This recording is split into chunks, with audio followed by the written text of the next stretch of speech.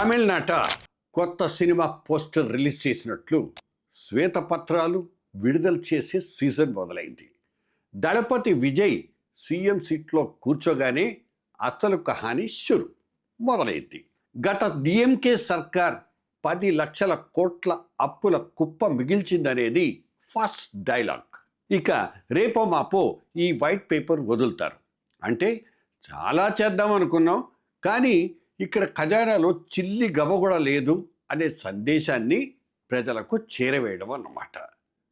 ఆర్థికపరమైన ఇటువంటి ముచ్చట్లన్నీ తెలిసే కదా ఎన్నికల్లో హామీలు కురిపించారు, గుప్పించారు. అధికారంలోకి వచ్చిన తర్వాత ఇప్పుడు అప్పుల గురించి చెప్తే కుదరదు, మీ కష్టాలు మీరు పడండి, మాకు మాత్రం ఇస్తామన్న పథకాలు ఇవ్వాల్సిందే, ఇవ్వండి. సింపుల్గా ప్రజలు చేసే డిమాండ్ ఇదే. స్క్రీన్ మీద డైలాగ్స్ చెప్పినంత ఈజీ కాదు అప్పుల రాష్ట్రాన్ని ఏలటం. ఉచిత హామీలతో పవర్లోకి వచ్చిన విజయ్ ఇప్పుడు ఆ ఖాళీ ఖజానాను ఎలా నింపుతారు? ప్రజల ఆశల్ని, ఆకాంక్షల్ని ఎలా నెరవేరుస్తారు?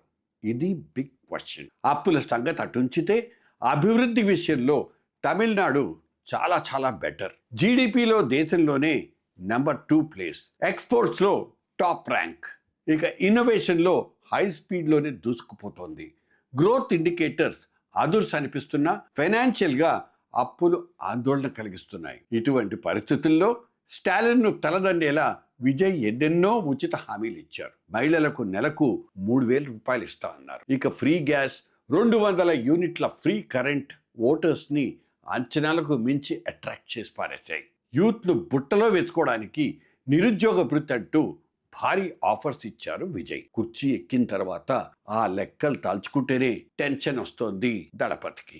ఎక్స్పర్ట్స్ లెక్కల ప్రకారం టీవీకే ఇచ్చిన ఎన్నికల హామీలన్నీ అమలు చేయాలంటే మొదటి ఏడాదే సుమారు 42,000 కోట్ల నుంచి 1,00,000 కోట్లు అదనంగా కావాలి.